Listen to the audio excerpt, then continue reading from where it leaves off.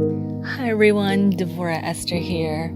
You know, these past few years, I have been so privileged and blessed to be able to hear from so many women, and even women from all over the world. And I think the fact that I haven't been brought up from birth kind of gives this level of comfort for women to ask things that they perhaps would never ask someone else. And one of the biggest things that keeps coming up is this question, or really not even a question, but this belief that somehow the Torah puts women down, or that it places a less than attitude. And what we see coming from this is, in a way, a type of rebellion.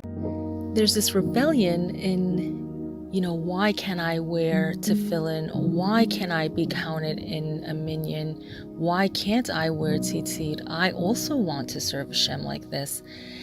And my heart starts to sink because I realize that this woman who is either standing before me or contacting me, that I realize that they don't know their worth or why it is that they don't have to do these things. And that by doing these things, they don't realize that they have kind of given over their sovereignty and their power. Women are not required for certain reasons, and it has nothing to do with the fact that they're less than. It's quite the opposite.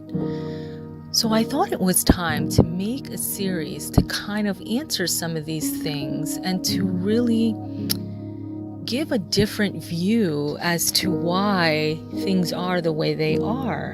And again, women are not less than, and I think that the more that you study in this subject of what the Torah and even the sages have to say about women, you will soon realize that you have been given one of the most important tasks in this world by HaShem. And in fact, in many ways, you are all that stands from everything being lost. You are the guardians of tradition.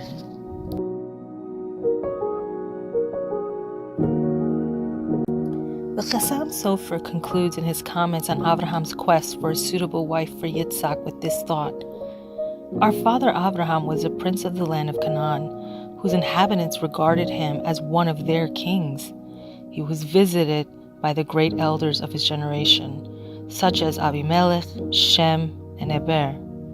Avraham had only one son, Yitzhack, from his beloved wife Sarah, and Avraham gave him everything he owned. No one can compare to Yitzhack.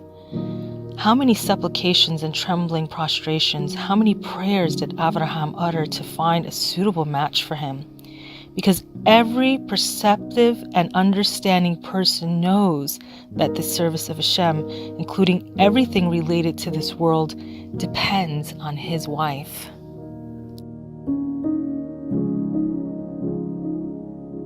The importance Chasam Sofer attaches to the Jewish women is based on the Talmud Yevamos 63a, which teaches a man without a wife is not a whole man, that she illuminates his eyes and stands him on his feet.